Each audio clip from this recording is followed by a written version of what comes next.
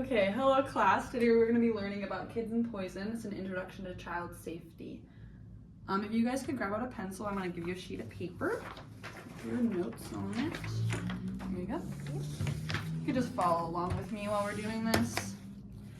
Okay, today's objective, we'll be able to know what to do with children who get into icky substances, know how to prevent children from getting into unknown substances, and recognize the risks and leaving medicine and other substances in easy to reach places. Make sure you please write your names on there as well. I will be grading these. Okay, so here's our pre-lesson example. It's going to be your first part on your notes. So we have a scenario here. I have a daughter who takes Claritin. I just gave her Dime-Tap. Is that a problem? What are some reasons this could be an issue? Do you guys know what Dime-Tap is? No. It's another allergy medicine, so it's a different kind. It could counteract with the Claritin and then make neither of them work. Okay, that is a possibility. Yeah. Tanya? It could have similar ingredients or the same amount of ingredients and lead to an overdose. Yes. All are possibilities. Most kids, if they use two types, if they're not going to be used to it, you don't want to double up on your antihistamines at all. That's not a good idea in any case. So if you want to write in your answer on the first one. They can also have allergic reaction. That's another big one. All right. What can you do to prevent something like this from happening? Whether you work in, let's say you work in a daycare. What can you do to prevent that?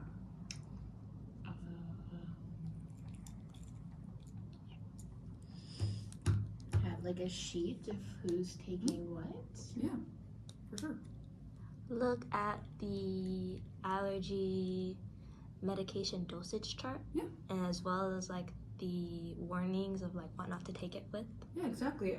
Just reading your labels, checking bottles, and looking at doctor's notes, making sure that if you're taking care of children or you're under child care, if you have a kid, just checking all those things to make sure that they're not taking anything they're not supposed to be taking. It's just important to be mindful when it comes to that. Okay, we are going to move on to the next part. As you can see, yeah, not the same thing. Dime-Tap and Claritin are not the same. You should not mix them. They're not good for that. Okay, next we're gonna talk about looking at labels when it comes to medications. As you can see, this is important because if you work in childcare, you want to be able to know how they take it, when they take it, and with what they need to take it, and how much they must take in order to make sure there's no risk in it. So if you look at this label, can you see that well enough? Ish. Okay. I mean, you're not gonna be able to see it in that, but. So it says right here to take 2 tablets by mouth every day with meals. Why is that important? Why is it important to know that? So that the person giving it to them knows that they can only have it with meals. And they can only have it twice. Anything else, Dad? Okay. No, yeah. When you take it with food, it helps to prevent any stomach ache you might have, and it also helps absorb the food, absorb the medicine that you're taking. So it's important to do that. Also, some things aren't taken just orally as well. I mean, there are other ways to take medicines. I mean, I'm not sure you're going to be putting tablets up your nose, but it can be a thing people might not be mindful of. What do you think would happen if you gave 1 teaspoon of medicine to the wrong child in a daycare facility? It's kind of a similar thing to what we were talking about before. Bad reaction. Yeah. Overdose? Yeah. All are very over or underdose, allergic reactions. It could have bad interactions with other medicine they take as well. You don't know a kid's medical history usually. I mean, to a full extent. I mean, you're gonna know a little one if you work in a daycare or work with younger children or just, older kids, people with disabilities or anything like that. It can be difficult. What are some ways we can prevent overdose accidents in children? Read the labels. Yeah, of course, yes. Read the labels, yeah. And then ask before doing, yeah. Keep track of what medicine you're giving the kids. Oh, for sure. That is exactly right. Good job. Guys, good job. Okay. All right. If you don't understand directions, ask. That's the biggest thing when it comes to using medicine with children to prevent anything from happening. Okay. All right, we're gonna do a little thing now. Okay, you see those 3 colors on the screen? Okay. What are some ideas? What are some things you could toss out? What could these be? Dish detergent. Okay. Juice. Yeah. Keep them rolling. A popsicle. Yeah. Bubble solution. Yeah.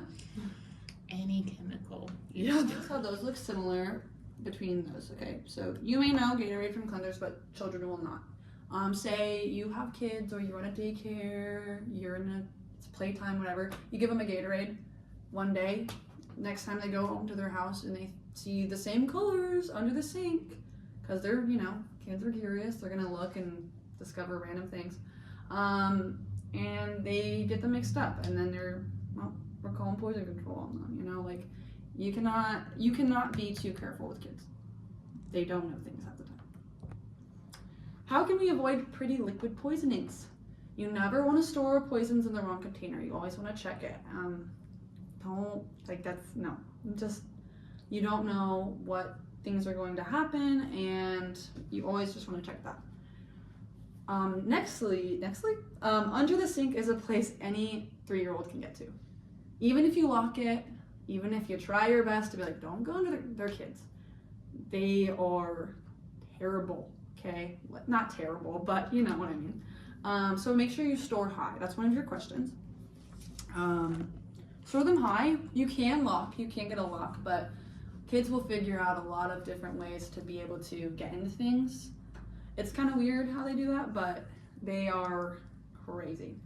You also just want to make sure you're always being observant and really observant. Never take your eyes off your kids. That is one of the biggest things you will learn today. If you want to make a note of it, make sure you are present and observant, because you never know what's going to happen.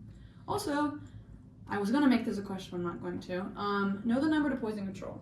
I've learned it. I've had it stuck in my head for a long time. It's 1-800-222-1222. It's pretty easy to remember. That or 911.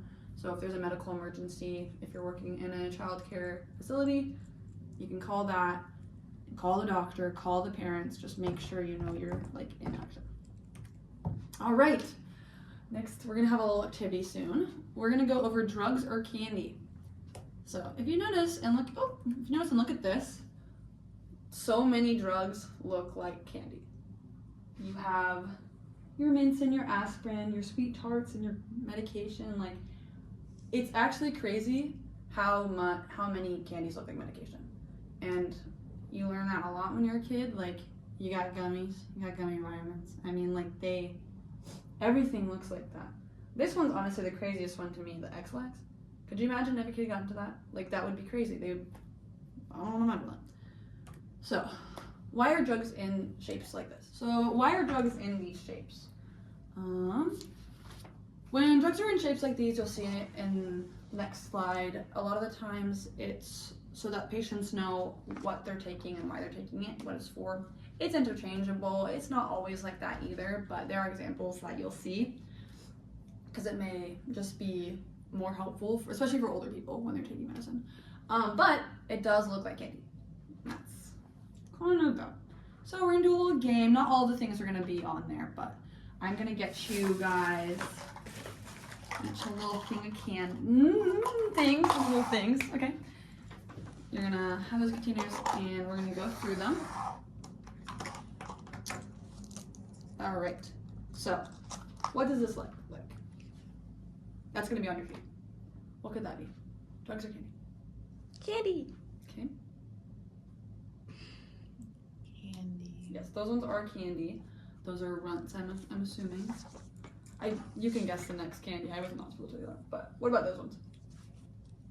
Those are sprinkles. So what's candy, dog? Candy with sprinkles. Those are actually heart medicine. Oh. Yeah, that is what heart medicine looks like. A lot of it. If you were to see it, you kind of saw. Okay. But kids can't. What are these? Drugs. Yeah, those are drugs because of the thing. Yeah, of course, those are drugs, but what else do they look like? Mike and Ike's. Yeah, Tic Tacs, Mike and Mike's, Good and Plenty, the white ones. It's crazy. Okay, what are these? Those ones look like drugs. Yeah. Okay, what about those? Candy. Antonia? I think it looks like candy too. Did you? That's actually a drug. There are coated drugs.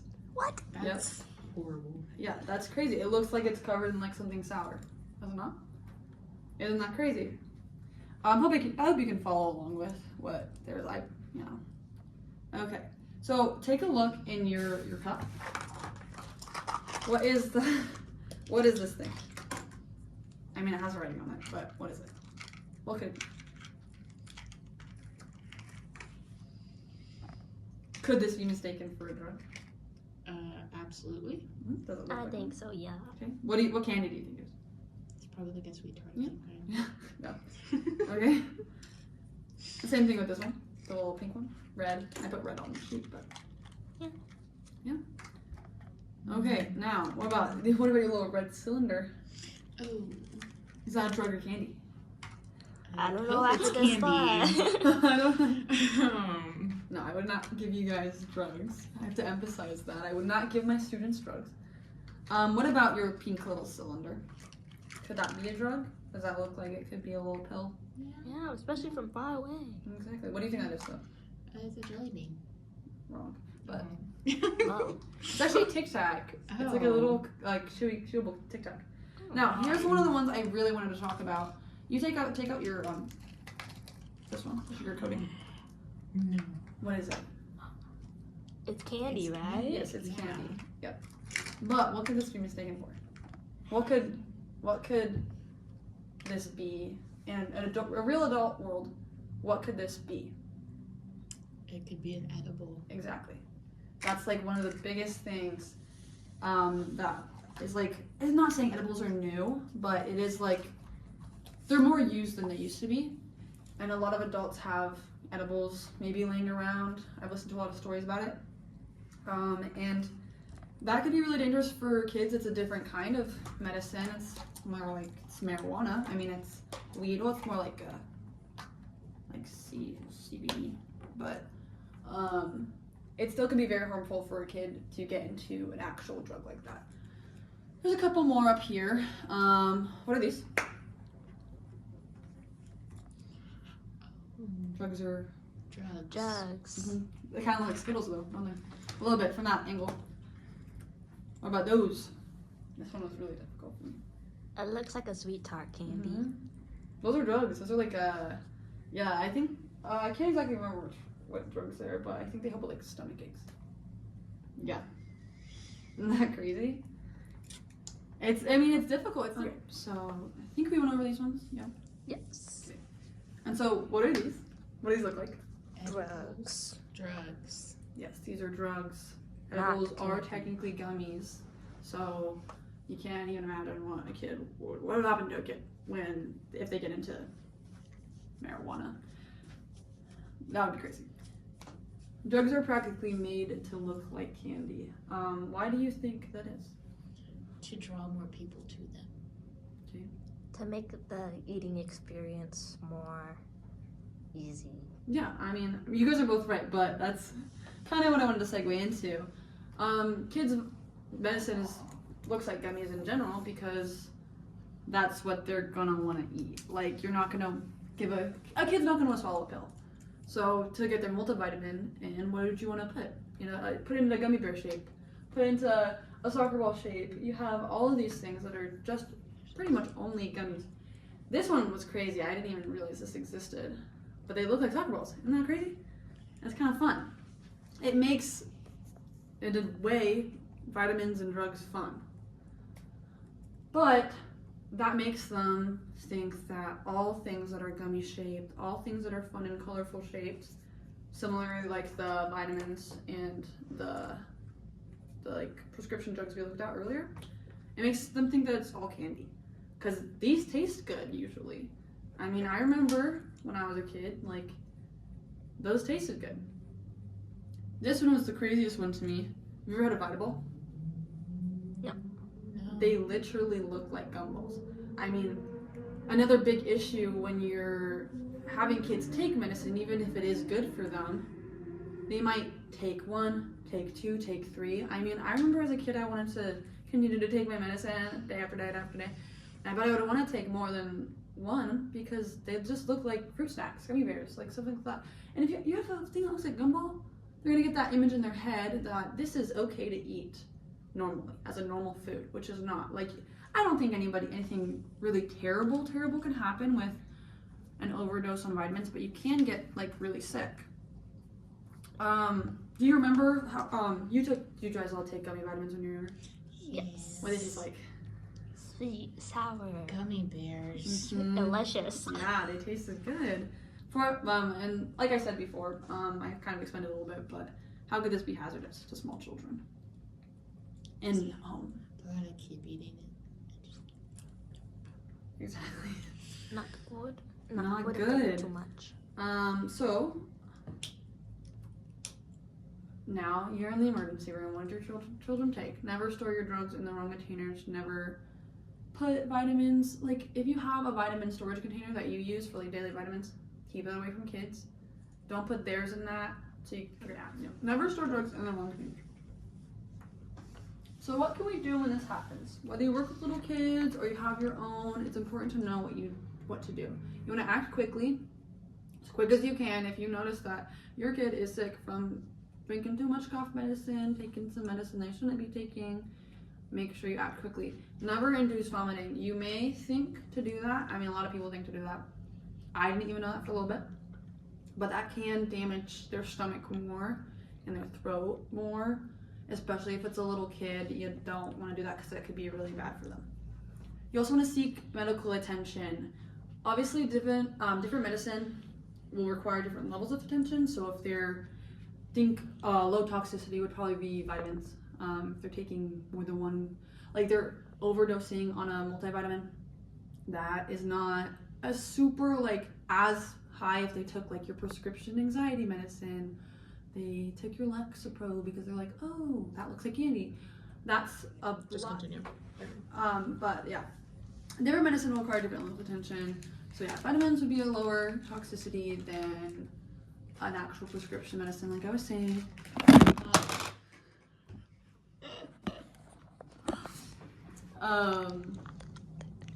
And then, so yeah, you want to make sure that you have, you take action in regard to that. But I think if any medicine's involved, take action. I'm not saying don't ever call immediately, call the poison control, go to the doctor. It's just some of it might not be as bad. Still go. Okay, any questions? Anything with content, with anything? No, Tonya? What do you think it would be like the most like commonly consumed medication mistaken as like candy? That's a good one. I mean, obviously, like vitamins, but that is a little different. I think with common household ibuprofen, they are just little tiny things. I mean, they're a lot bigger for kids, think hand size. So they could look like a Skittle. They could look like something like that. So that's probably a big one. And then I think any cylinder pills as well, because those, yeah. Have you ever taken fish oil? That's another big one. They kind of smell bad though, so I would hope that they wouldn't think that. But yeah. Okay. Well, thank you, class. That's all I have for you today. And make sure you turn on your sheets at the end of the class.